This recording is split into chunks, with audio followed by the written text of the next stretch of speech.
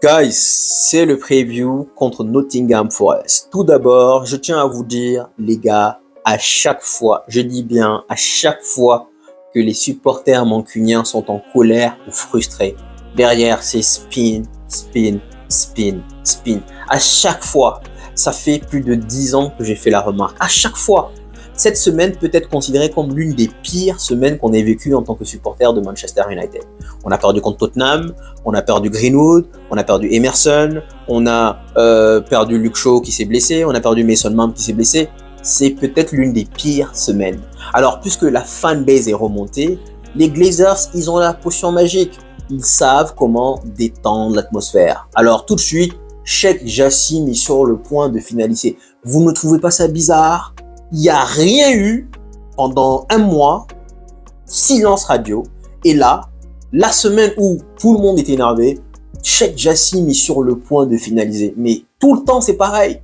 Ça fait 10 ans que j'ai fait la remarque. Chaque fois que Manchester United perd, le lundi ou le mardi, vous avez spin, spin, spin. Vous avez une nouvelle histoire. Manchester United veut Gareth Bale. Manchester United veut rapatrier Cristiano Ronaldo. Manchester United veut acheter Hazard. Manchester United veut acheter Pogba. À chaque fois. Du coup, c'est quoi? Il est impossible, littéralement parlant, de penser deux choses à la fois. C'est impossible. Essayer, c'est impossible. Alors, c'est juste histoire de transformer l'humeur mancunienne. C'est-à-dire que là, même quand on va sur le site ou quand on va sur YouTube, on voit les commentaires, on voit la frustration de certains supporters qui réclament parfois même le licenciement ou la démission de Richards. Donc, quand on vous dit, oh les gars, il y a Sheikh Jassim qui se prépare à venir acheter, tout de suite, vous mettez de côté votre frustration, vous oubliez qu'on a perdu contre Tottenham, vous oubliez que Mason Greenwood a été relâché, vous oubliez tout ça, vous oubliez tout le reste et vous vous dites, ah ouais, peut-être que maintenant, on va encore supporter un mois, 2 mois et après voilà. Ils le font à chaque fois et à chaque fois ça passe. À chaque fois ça passe. Spin, spin, spin, spin. Peut-être que c'est vrai. Peut-être. Mais honnêtement, moi je vous dis, c'est du spin.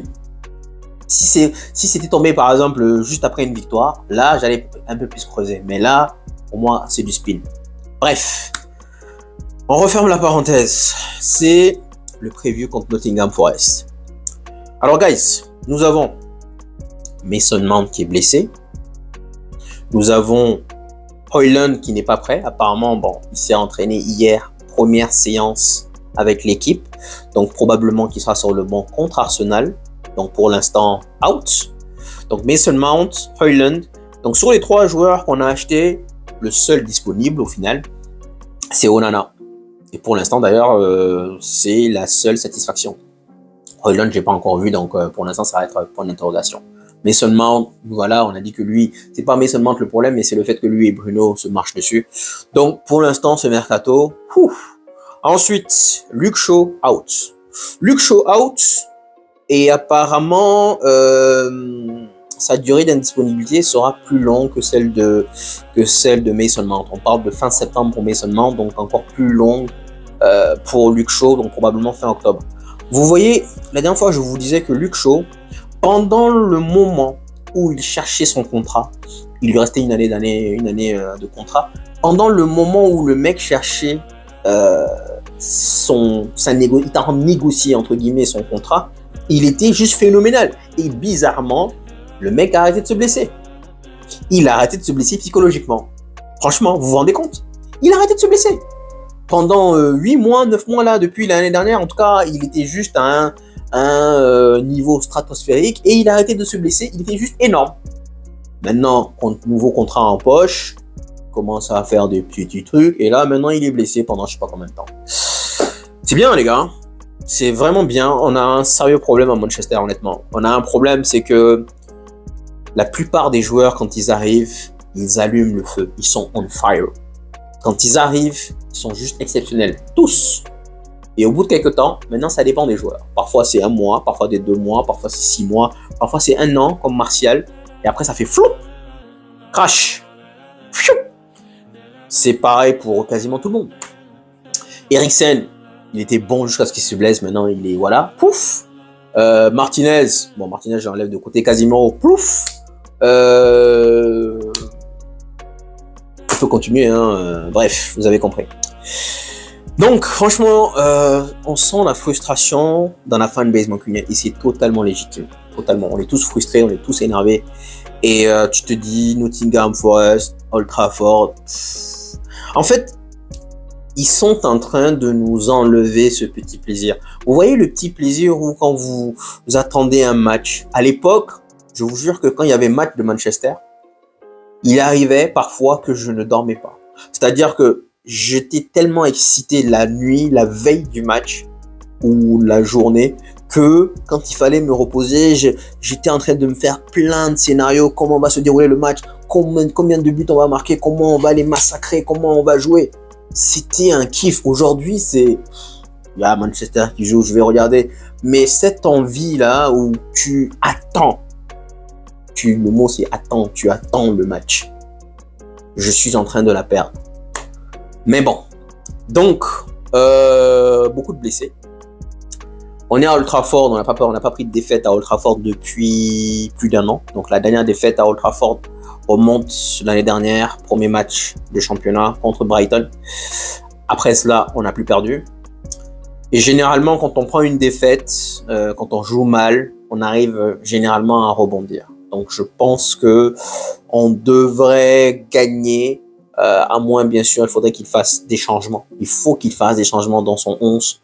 Bon, dans tous les cas, là, il n'a pas de choix, mais seulement est blessé, donc je pense que Eriksen va faire son retour. Old Trafford, on gagne généralement. Mais là, on verra bien si on arrive à maintenir cette cadence. Maintenant, une autre question, c'est chose que je pose de façon comme ça. Est-ce que ce ne serait peut-être pas mieux de perdre? Pourquoi? Parce que si on gagne, le mercato se termine et on n'aura rien, probablement. Si on perd, on va paniquer et on va aller chercher des joueurs. Donc, je pose ça comme ça. Ça ne va pas dire que j'ai envie de perdre. Je déteste perdre. Alors, mais vous voyez où on en arrive avec les dirigeants de Glazers. Franchement, la dernière fois, je disais que notre mercato serait la vente du club. Il faudrait qu'on s'en débarrasse de ces vermines. Désolé du terme, mais voilà. Donc, qu'est-ce que je voulais dire? Alors, dites-moi ce que vous pensez en commentaire. Niveau équipe, je pense qu'il va aller avec cette équipe. J'ai longtemps hésité qu'est-ce qu'il va mettre à gauche. Je me disais, pour moi, la meilleure option, c'est Alvaro Fernandez. Ferguson n'hésitait pas à mettre les jeunes, à faire jouer les jeunes. Justement, pour moi, c'est l'occasion où il a Luke Shaw qui est blessé, il y a Malassa qui est blessé, il a une occasion en or. Saisis-la, mais on va pas lui donner ça. Ça, c'est quelque chose que je reproche à Ten Hag. Le fait qu'il ne fasse pas intégrer les jeunes. C'est quoi l'ADN de Manchester United? En tout cas, c'est marquer des buts dans le temps additionnel, c'est faire jouer des jeunes et c'est football rapide. Globalement, ce sont les trois. Donc là, on a peut-être le football rapide de temps en temps, mais les jeunes, on les voit pas. Et dernière minute, bon, t'as l'impression que les joueurs, moralement, ils abandonnent et puis voilà. Donc je pense qu'il va aller avec cette équipe, avec Onana, franchement, titulaire. Bissaka, pour moi, c'est le seul gars, Varane un peu moins, mais pour moi, Bissaka, c'est le seul gars indiscutable pour moi. Donc Bissaka va jouer. Donc Varane, Martinez, ça c'est sûr. Maintenant à gauche, j'ai un petit doute entre Lindelof, parce que régulièrement il fait rentrer Lindelof à gauche et dernier temps j'ai vu ça. Donc j'ai un petit doute entre Lindelof à gauche ou alors Dalot. Je pense qu'il va avec Lindelof parce que je l'ai vu 2-3 fois le faire avec Lindelof, donc je pense qu'il va avec Lindelof. Le milieu de terrain, on repart sur l'année dernière, donc avec Eriksen, Casemiro, Bruno. Donc on quitte le 4-3-3 et on revient en 4-2-3-1 classique. Je pense, certainement même d'ailleurs. Ensuite, son gars, son préféré, son joueur préféré qu'il va forcément mettre, Anthony va jouer à 1000%, alors qu'on a vu à plusieurs reprises que Pellistri propose en tout cas mieux qu'Anthony.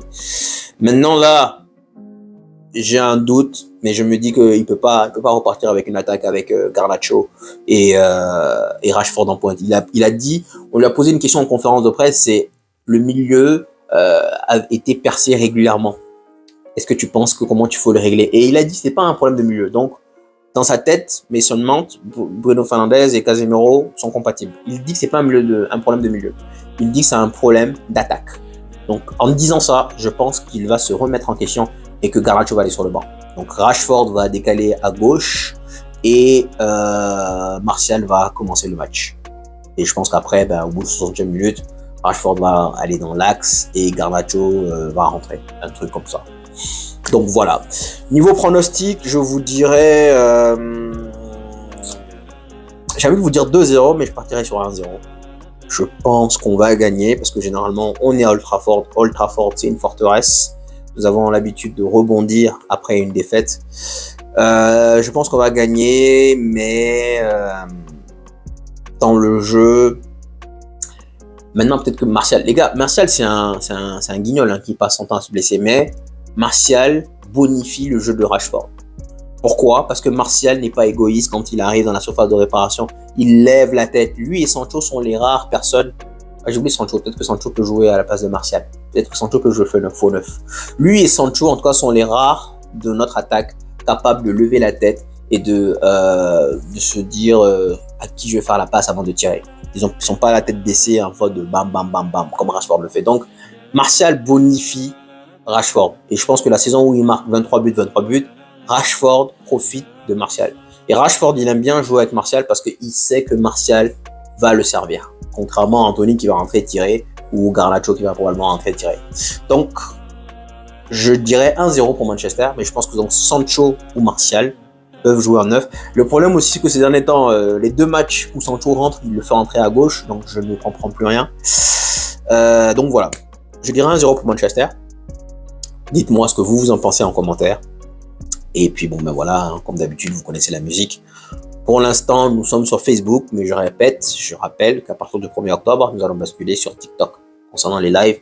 Et ce genre de vidéos seront sur YouTube. Donc, je remercie les 400 et quelques personnes qui sont allées déjà s'inscrire sur YouTube. Merci bien.